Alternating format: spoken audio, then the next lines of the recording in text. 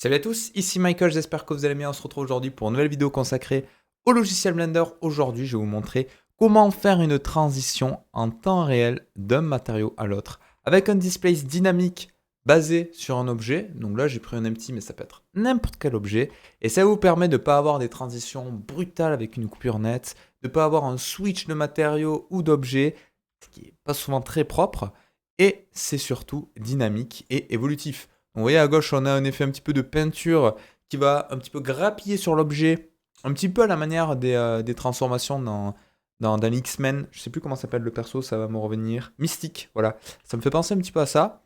Sinon, à droite, j'avais voulu faire quelque chose avec des matériaux qui se rapprochent plus d'une roche, des diamants, de quelque chose un petit peu avec de la transmission d'informations, voilà, pour que la lumière puisse passer à travers. Donc tout ceci, c'est comme vous le voulez. Vous pouvez mettre le matériau A et le matériau B sans aucune contrainte particulière.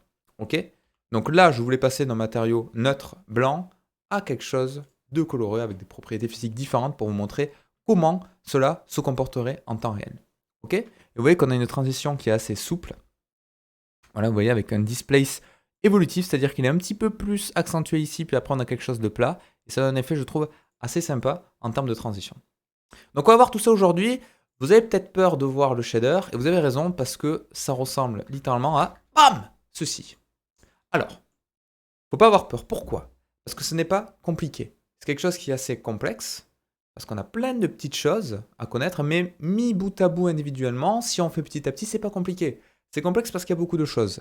Mais on n'a rien d'insurmontable. Même si vous commencez les shaders, ça va vous paraître compliqué, mais il faut diviser en groupes, en sous-catégories. Oui, c'est ce que j'ai fait. Par exemple, je sais que là, dans un premier temps, je fais un masque de matériaux. Je fais mes matériaux de base. Je fais ensuite mon masque de displace. Je gère mon displacement et ensuite j'ai ma sortie. Donc petit à petit, on va le faire ensemble. Je vais vous proposer un ordre de travail. Vous n'êtes pas obligé de suivre, hein. C'est à vous de voir. C'est ce que je trouve le plus pertinent pour apprendre à faire pour faire ce genre de shader. Mais c'est à vous de voir. L'erreur serait de vouloir tout faire d'un coup. Il faut faire petit à petit. Donc, qu'est-ce que je vais faire? Je vais supprimer la light de base, supprimer le cube de base, rajouter avec Shift A une UV Sphere, CTRL 3, clic droit, Shade Smooth. Le CTRL 3 m'a rajouté du Subdivision Surface. Clic droit, Shade Smooth m'a fait du Shading Smooth. Et là, on est parti. Première chose à faire. En haut à droite, je vais passer en Render Preview. Et là, pas fou. Pourquoi? Parce que je n'ai pas d'image HDRI. Donc, World Properties, petite pastille jaune, environnement texture sur le color, Open. Et je vais ouvrir par exemple Forest, qui est une proposée par défaut dans Blender. Il faudrait que je fasse une vidéo pour vous expliquer comment retrouver ces HDRI là qui sont présents juste ici. Vous pouvez les récupérer facilement pour vos rendus. Sinon, vous allez avoir une incohérence entre le Material Preview et le render, si vous n'avez pas la même image HDRI. C'est un petit peu dommage. Par défaut, vous voyez, on la voit en fond. Ça m'intéresse pas. Je veux qu'elle ait une influence sur mon shader, mais pas la voir physiquement dans mon rendu ni dans ma vue 3D. Donc Render Properties, Film, Transparent. Et là, on est nickel, on est parti. À une chose près, on va passer en Cycles. Pourquoi en Cycles? Vous allez me dire, ouais, mais ça demande plus de ressources. Je sais, mais le displacement n'est toujours pas disponible dans Eevee en rendu. Donc on ne peut pas, à l'heure où je vous parle, faire ceci avec Eevee, ou alors il faudrait passer par le Modifier Displace, qui a un comportement différent de celui présent dans le Shader Editor. Donc voilà, je vais juste regarder combien j'avais mis de subdivisions sur cet objet, par curiosité. Je m'étais mis à 3, vous voyez, donc exactement la même chose. On va garder ça. Et je vais aller en haut à droite et faire un Shader Editor, New, et on est parti pour les matériaux. Alors pour le matériau de base, pour tout ce qui est masque, on n'a pas besoin de passer un rendu, on peut passer un Material Preview Mode. Par contre, dès qu'on va vouloir afficher du displacement, là, switch en rendu pour voir ce que ça donne en temps réel. Alors la première chose que je vous propose, c'est de faire le masque dynamique pour passer d'un matériau à l'autre. Pour ceci, qui dit dynamique dit objet spécifique, pour que ce soit plus souple, qui va définir la transition d'un matériau à l'autre. Je vais faire Shift A et je vais rajouter un objet de type Empty, Plan Axis. Je vais ensuite aller en bas à droite dans le Object Data Properties et je vais augmenter sa taille à 1,75. Voilà, précisément. 1,75 mètres. Pourquoi j'ai pas fait un rescale? Parce que ça va me changer l'échelle ici. Je peux le faire, mais il faut que je fasse un CTRL A Scale pour appliquer la transformation. C'est très important pour la suite de la vidéo, vous allez comprendre pourquoi, parce que c'est lui qui va définir le mapping de ma transition. Ok? Donc d'ailleurs, en parlant de transition, on va la faire de suite. Je vais faire Shift A et je vais faire un gradient texture. Et là, si je fais CTRL SHIFT clic gauche, très important, il faut activer ce plugin. Je vous le dis à chaque fois, j'ai fait une vidéo dessus, mais je vous le remonte parce que c'est ultra important. Il est totalement gratuit et il est présent par défaut dans Blender, c'est le Node Wrangler. C'est magique, pourquoi? Parce que ça permet avec un CTRL SHIFT clic gauche d'afficher la sortie de n'importe quel node. Et ça, c'est primordial quand vous voulez faire des shaders avancés. Ça vous évite de calculer ce que vous allez avoir en sortie et tout. Là, c'est quasiment obligatoire. Alors pour ce tuto, on n'a peut-être pas besoin d'avoir quelque chose découpé en deux comme ceci. Donc je vais à peu près m'organiser de la manière suivante. Voilà, le plus important va se passer en haut à droite dans le shader editor. Vous avez quand même un aperçu juste au-dessus de ma tête. De là. Comme ça, vous voyez ce que ça fait en temps réel sur la sphère. C'est quand même important d'avoir le retour également en temps réel. Donc ce gradient texture, je veux qu'il soit défini par rapport à mon empty. Alors comment ça marche? C'est les coordonnées de texture, texture coordinate. Et là, on en a de plusieurs types. On a du généré, on a basé sur le normal, on a basé sur les UV. C'est ce qu'on fait la plupart du temps quand on utilise des textures non procédurales. Moi, là, c'est du procédural. On va utiliser uniquement des algos proposés dans Blender pour générer des textures. Donc, on ne va jamais utiliser les UV dans cette vidéo-là. On a le object, et ça va m'intéresser. Si je fais un object et que je le mets sur le vecteur, par défaut, il va hériter du propre objet sur lequel est assigné le shader, à savoir cette sphère. Mais moi, je peux lui dire non. Je ne veux pas que tu te bases sur les coordonnées de cette sphère, mais particulièrement sur cet empty. Donc, soit je clique sur la pipette et je sélectionne, soit je vais ici, et si j'ai correctement nommé mes objets, je peux le retrouver facilement. Empty. Rien ne se passe parce que les deux sont alignés, mais maintenant, si je prends mon empty, je le déplace, ça va déplacer mon dégradé. Si je fais une rotation, ça va faire une rotation de mon dégradé. Et si je fais un rescale, c'est pour ça que je vous disais que c'était important tout à l'heure, ça va faire un dégradé plus ou moins étendu, jusqu'à avoir quelque chose de ultra sharp. Donc ça, c'était la première chose. Ce que je vous conseille également, c'est de rajouter, de prendre nos réflexes à chaque fois, entre le texture coordinate et la texture associée, de rajouter pas du tout ça, du mapping. Pourquoi? Parce que là, il y a plein de paramétrages qui vont nous intéresser. À partir de là, on peut définir un offset. Vous voyez? Donc là, mon empty va définir toujours mon dégradé, mais avec un petit décalage. On peut définir des offsets de location, de rotation si je le souhaite, d'échelle, etc., etc. Donc je peux faire plein de choses. Donc ça, c'est assez intéressant. On le met quasiment systématiquement parce que ça va permettre de faire quelques modifications sans toucher à l'émetteur de base de mes coordonnées de texture. Et je vais également rajouter une color ramp, ça aussi très utile. Ça va me permettre de bouger un petit peu le dégradé qui est généré par ma texture, avoir quelque chose de plus ou moins sharp, donc faire plein de modifications ici. Et une fois que j'ai ça, je vais pouvoir les sélectionner, je vais faire un Shift P, ça va me créer une sorte de frame, et en haut à droite, la frame, je vais l'appeler Material Mask, par exemple. Donc ça, c'est mon masque de matériaux. Et ce masque de matériaux, ça va me servir, vous l'aurez compris, à mixer deux shaders spécifiques que je vais définir juste ici. Donc je vais mettre deux Principal BSDF. Donc je vais faire Shift D, hop là. Je vais mettre dans un premier temps un matériau blanc en bas. Je vais baisser la roughness à 0,1. Donc on aura ce matériau-là qui sera le matériau de base. Et je veux que ça switch sur un matériau noir, pareil, avec une roughness à 0,1. Switcher d'un matériau à l'autre grâce à ceci. Donc là, c'est pas très compliqué. Vous voyez, on avance petit à petit. Donc là, comment ça marche? Je vais faire un mix shader qui permet de mélanger par défaut deux matériaux. Je vais sélectionner mon premier nœud, je vais mettre dans le shader 1, mon second nœud, dans le shader 2, CTRL SHIFT clic gauche, ça me met mon shader dans ma surface. Et là, on a ceci. Pourquoi? Parce que ça me mélange à 0,5, donc 50% de mon premier shader, 50% de mon second shader. Si je me mets à 0, il prend uniquement la première entrée. Si je me mets à 1, il prend uniquement la seconde entrée. Mais je peux définir ceci, non pas sur une valeur numérique fixe, mais par rapport à une sortie. Là, vous voyez, j'ai ceci en sortie. Donc là, à nouveau, j'ai fait un CTRL-SHIFT clic gauche. J'ai une valeur noire à gauche, une valeur blanche à droite, que je peux déplacer par rapport à ça. Mais je peux lui dire, en fait, cette valeur, tu me le mets dans le facteur ici. Et du coup, c'est ça qui va définir le changement de matériau.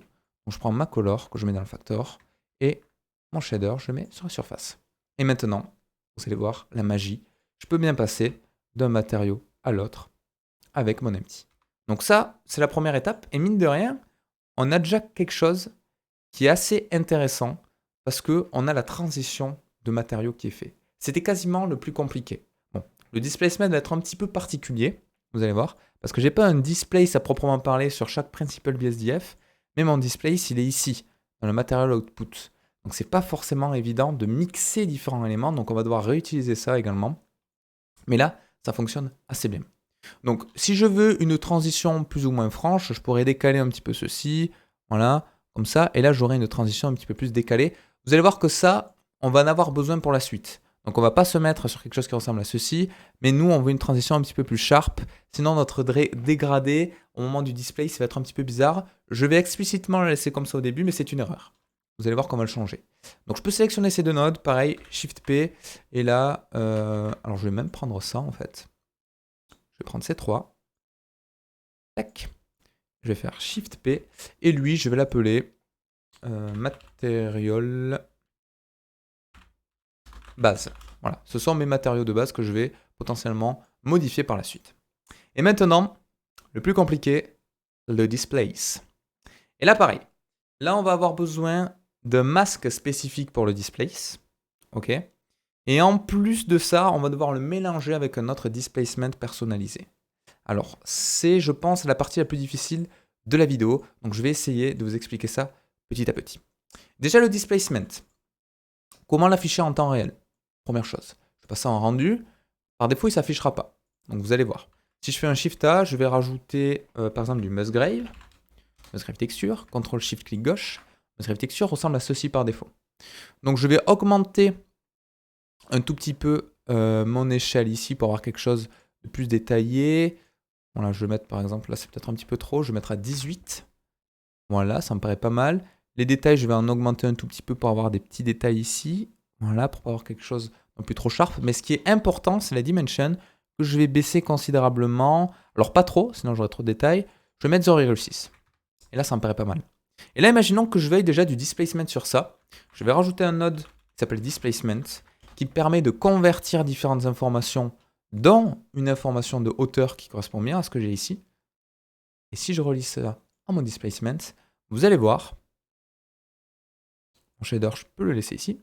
Hop là. Donc, le displacement, c'est vraiment une sortie particulière, hein, rien à voir avec la surface. Vous allez voir que par défaut, ça me fait ça.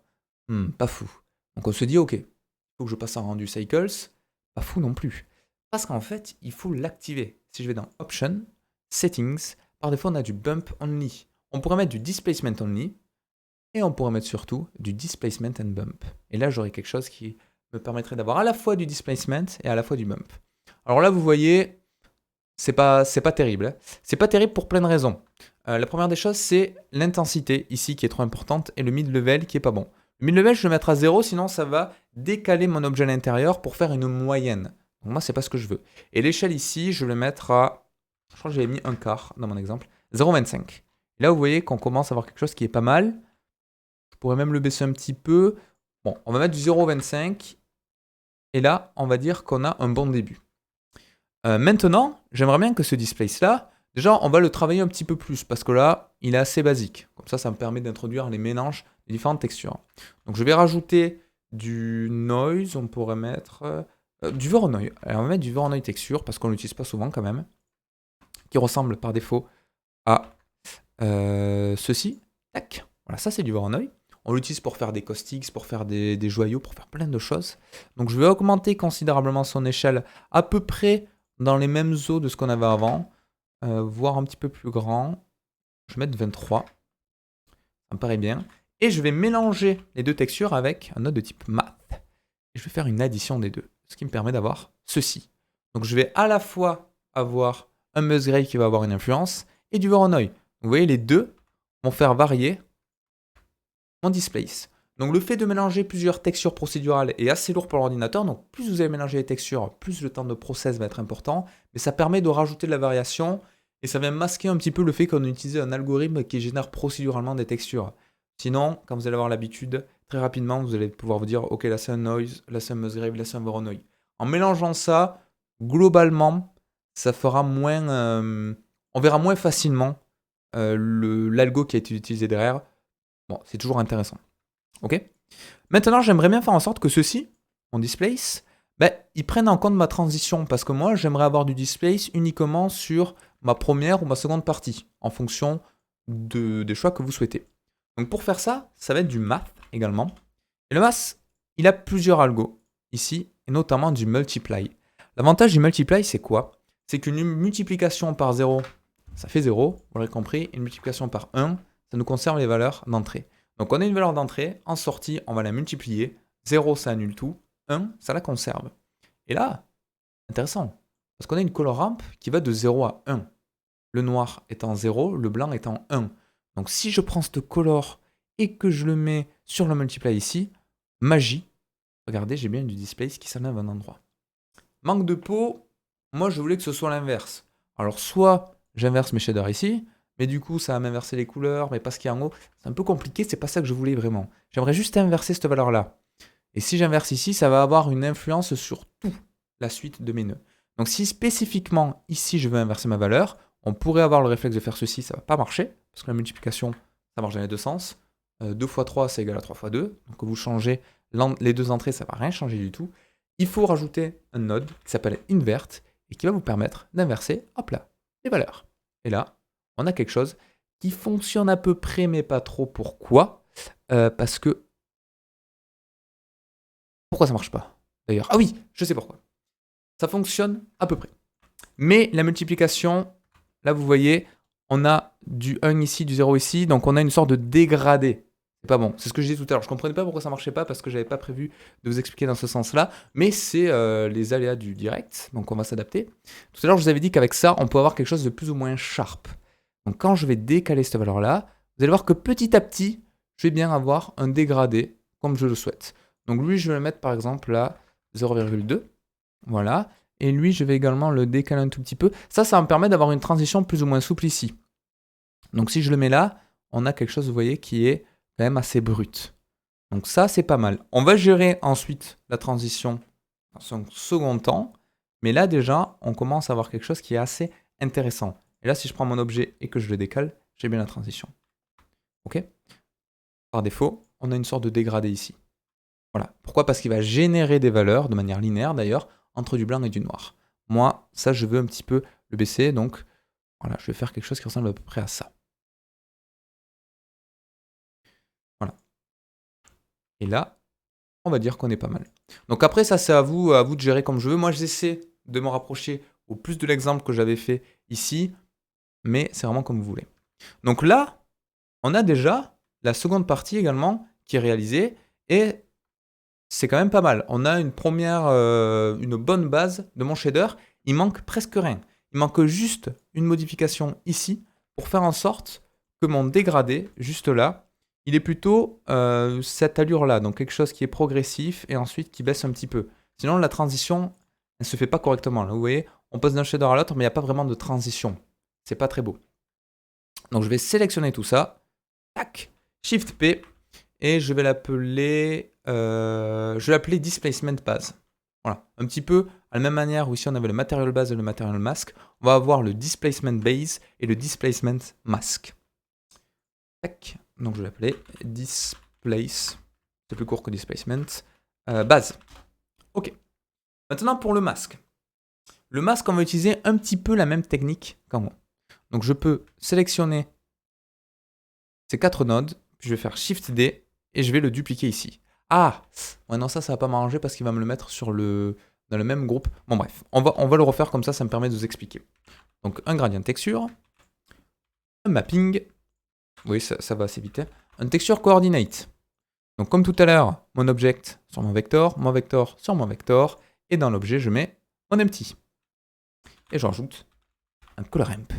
Et là, le but, ça va être quoi? Ça va être de trouver les valeurs qui m'intéressent pour avoir un joli dégradé qui va faire quelque chose que je vais pouvoir multiplier à mon displace de base et qui va amortir un petit peu le displace par défaut.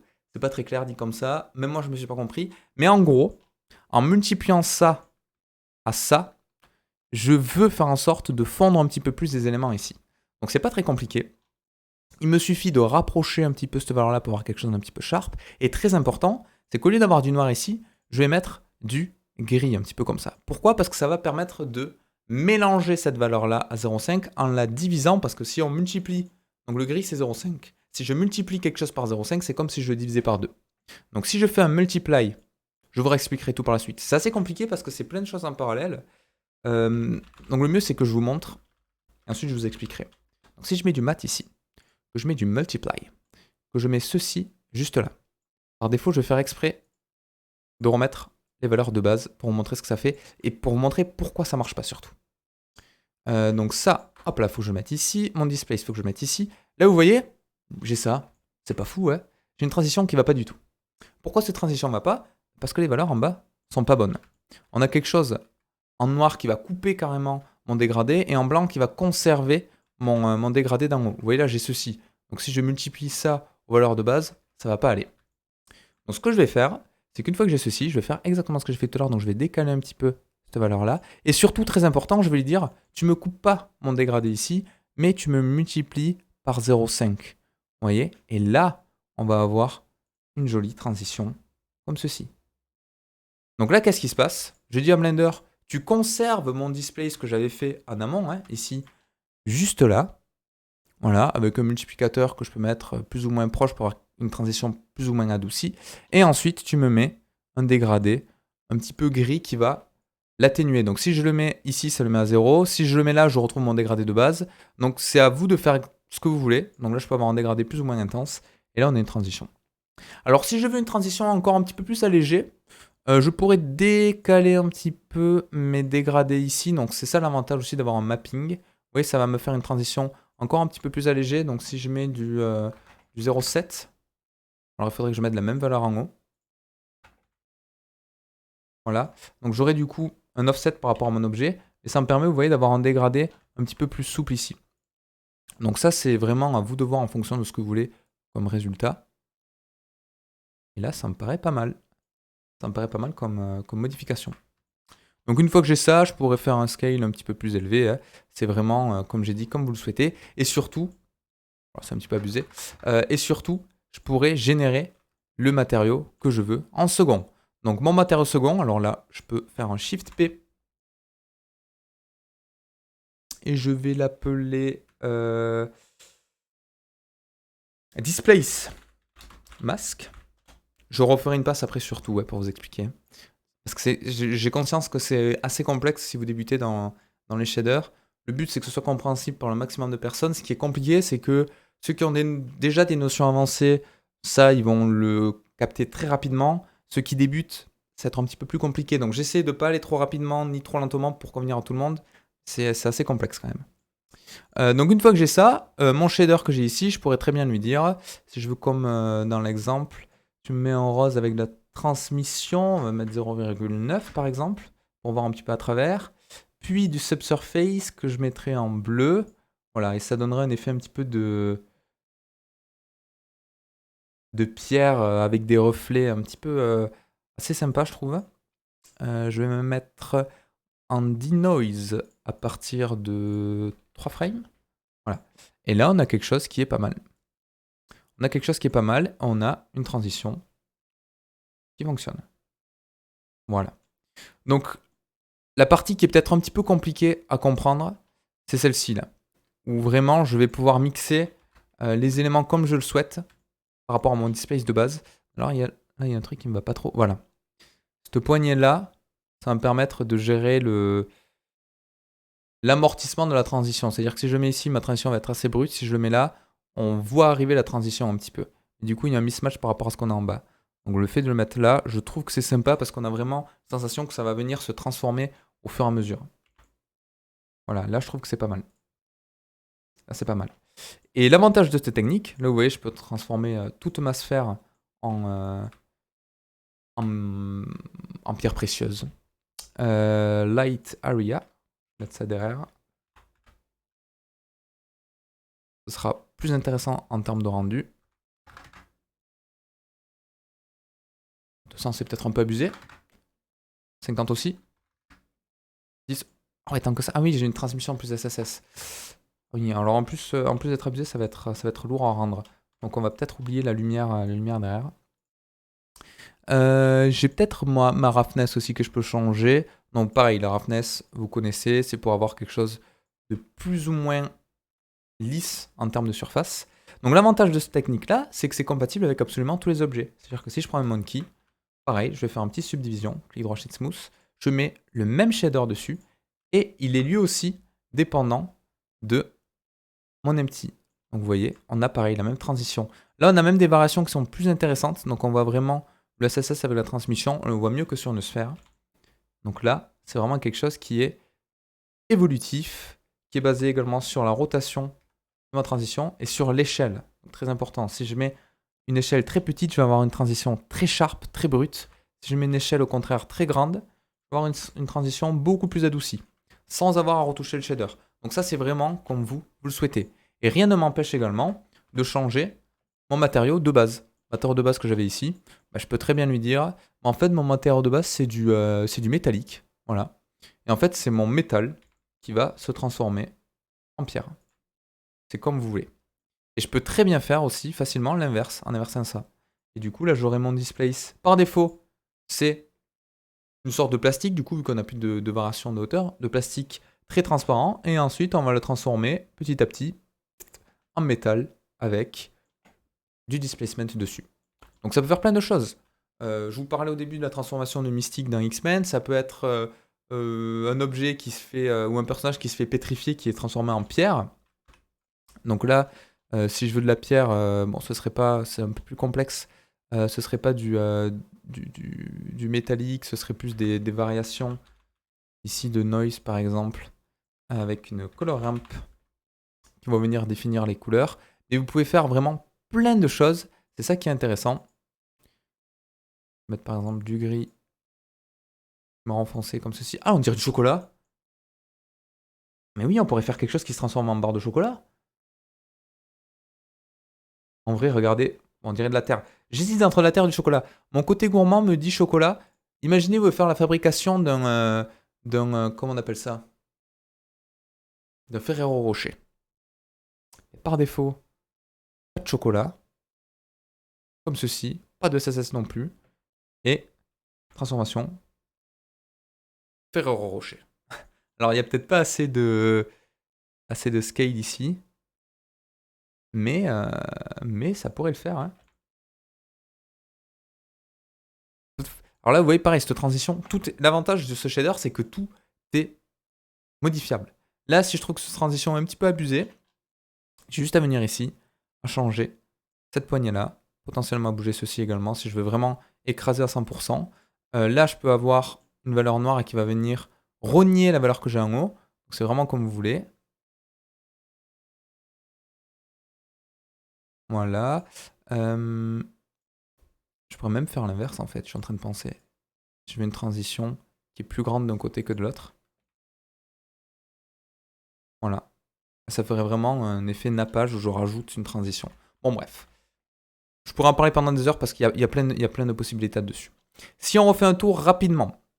En haut à gauche, j'ai une génération de quoi? Alors je vais enlever le displace, ce sera plus simple. En haut à gauche, j'ai une génération d'un masque noir et blanc, drivé par un empty.